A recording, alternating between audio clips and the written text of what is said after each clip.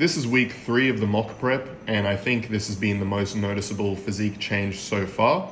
Getting right into poses, I think my most muscular and front double bis both look pretty good.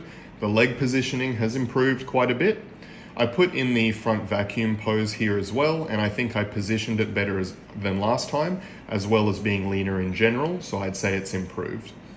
On the left side, I think I messed up my hands on the side chest a bit, but I think the angle on the side tricep was the best I've done so far. The leg position was okay, but I think the rear foot needs to be further back. On the back poses, I think my V-taper is coming through more, and you can see the leanness of my lower back improving a lot, but the leg position is lacking. I need to externally rotate the knees more to get more of that appearance of width in the legs. I've been told to push the shoulders apart for width, but something about how I'm doing it just doesn't seem right. It's like I'm losing too much of that 3D thickness in order to get the width. But anyway, onto the right side, I think the legs looked better straight away, and the position of this side chest variant looked really good in my opinion. This one's harder to get right because the biceps can't fully flex with the hands pronated like this, but I think it was pretty good. I think this right side tricep looked even better than the left personally. I wanted to finish with some more classic ab and thigh type poses, and while my quads don't have that freaky width to them, I still think they've improved a lot, and I think these poses show my upper lats and shoulder development from an angle that not everyone can quite pull off. Then finally I did an alternative most muscular, John Jewett style. I think this one's tricky to know when to use, but it has a very aesthetic feel to it.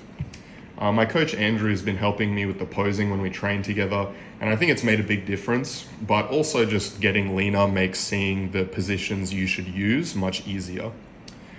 Onto other topics. This week I've been thinking a lot about the impact that body weight has on your health. The popular conception of how diet affects your health, I think, is one of the worst cases of cart before the horse in society. People will tell you that it's all about what types of food you eat, gluten, red meat, seed oils, etc. They'll tell you it's all about eating whole foods over processed food, but they usually can't define those beyond a really poorly thought out naturalist fallacy.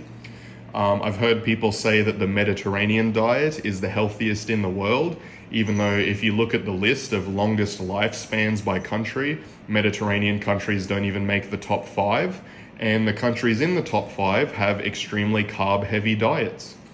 The top 3 longest lifespan countries are Hong Kong, Japan, and South Korea, and I can assure you, those people eat very processed food all the time. So what's really making the difference? Well, almost all of the longest life expectancy countries have lower rates of obesity and lower average BMI.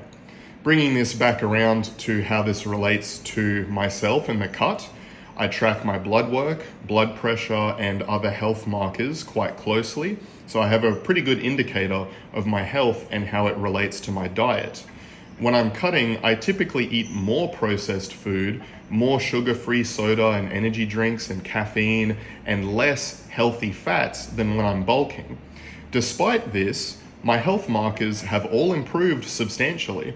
They weren't exactly bad before, but despite the processed foods and all the other things that people think makes a big difference to your health, my cholesterol is better, my blood sugar and insulin is better, my blood pressure is significantly better, my C-reactive protein, which is a general inflammation marker, is the best it's ever been, and all around my health has improved quite a bit in just a few weeks. I haven't even increased my activity level from the bulk. This is all purely from weight loss. Everyone likes to say that people want a simple answer, but the truth is complicated. But that's really just not the case. People actually love complicated answers because it lets them hide from the hard truth. The thing is though, this really isn't a hard truth. You can still eat what you want. You can have your bread and your fast food and your desserts. When a healthy person eats fried chicken, they don't suddenly become unhealthy. Okay, don't miss the forest for the trees. If you want to drastically improve your health, stop wasting your time and just diet properly. A lot of people out there have wasted years of their life failing to diet and probably lost years off their lifespan as a result too. You can avoid both of those. Just diet properly. Calories, macros, weighing your food, writing it down, and doing it every day until you're finished. It's really not a mystery. You just have to actually do it. So good luck.